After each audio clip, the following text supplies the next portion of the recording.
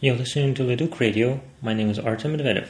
This is news and views for the week of June 6. I'd like to start with a couple of announcements. First of all, the NDP Federal Convention for the 50th anniversary of the NDP is next weekend, June 17th to 19th, in Vancouver, BC. I hope to see you there. I'll be there myself on the 18th and 19th, and it's looking like it'll be a very interesting event.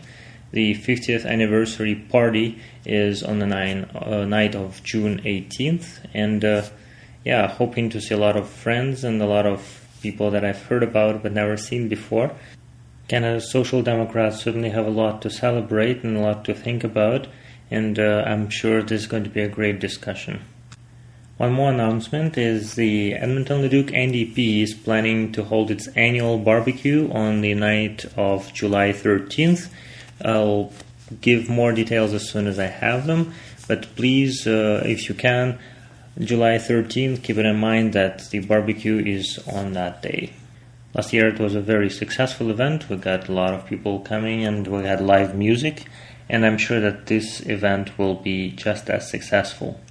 To go on to news, it was announced today that the Canada Post strike will move to Calgary and Edmonton on Wednesday, June 8th, and I just wanted to say that I'm in full support of the workers' right to organize and to demand fair working conditions in the 21st century and in any other century, to be frank. And I think that the response Canada Post has been giving is quite ridiculous. The numbers that they've been naming for how much it would cost to do everything that the workers demand, those numbers are completely unsubstantiated. Repeatedly, Canada Post authorities have been unable to justify their claims, and I wish Canada Post workers success in their strive for better working conditions, and I'm sure that there are millions of Canadians that support Canada Post workers as well. To come to that question about working conditions, Rabble.ca published an interesting survey about the difference between the minimum and the living wage in Canada, and I certainly encourage you to go to Rabble.ca to have a look. It's an article called Minimum versus Living Wage. A number is not just a number. It certainly does open quite a few venues for debate as to what the state is in Canada of minimum wages, what those numbers are based on. Can a person really survive on a minimum wage in Canada? And please, if you have any questions and if you want to continue the discussion about this here on Leduc Radio, let me know. I'd be very glad to talk to you about it. As you know, the Conservatives have tabled their recycled budget, a budget that does not speak to problems in healthcare, in problems of Canada's seniors, doesn't go into detail as to creation of jobs and protection of Canada's resources. And the interesting point made in this budget, as opposed to the budget before the election, is the Conservative plan to eliminate the deficit a year earlier by cutting $4 billion somewhere. When Finance Minister Jim Flaherty was asked where the cuts were going to be, he said, and I quote, "It's no big deal," end of quote. Finance Minister Jim Flaherty wasn't even in the House of Commons to participate in debate on the budget he had tabled. This certainly doesn't say anything good about the Conservative approach to making the House of Commons a productive democratic space where all the parties work for a better future in which no one is left behind. And I have one personal suggestion as to what actually should be cut. Probably doesn't cost $4 billion, but still, last time this same budget was tabled by Jim Flaherty, you must have seen those colorful printouts. It looked like a book about 300 or 400 pages that are very colorful on expensive paper, and a lot of those copies were shown around.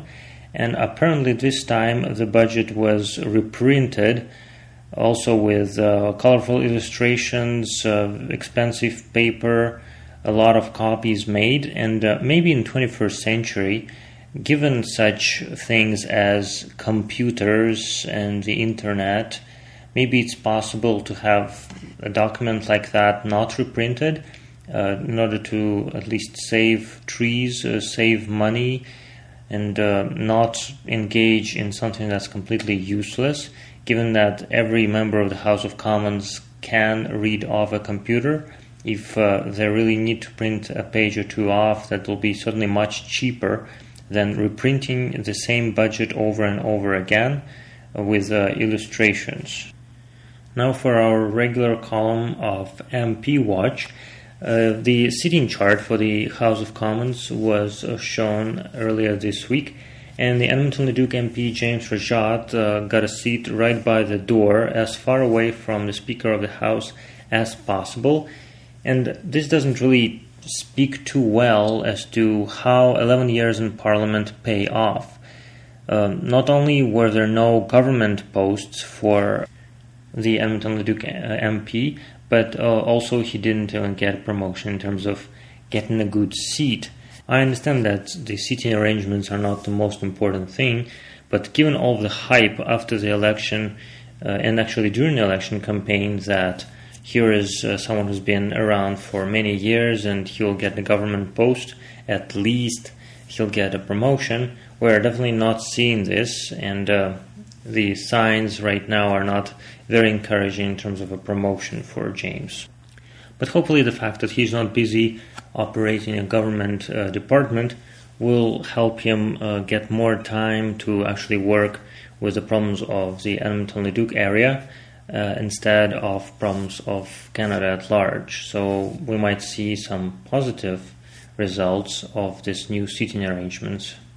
A well-known AIDS researcher, Julio Montaner, came out last week saying that Canada now lags behind in AIDS research. For many years, Canada was a leader in AIDS research, and now we're far behind many countries that have made a lot of progress in this area. And Julio Montaner, a definite specialist in this area, thinks that this is a very troubling sign for our country. A major news item of this week is, of course, the Senate page Bridget de Pape holding a Stop Harper sign for a few seconds during a throne speech. And there's been a lot of discussion as to whether this was a good step to make, whether this was democratic, ethical, etc., etc.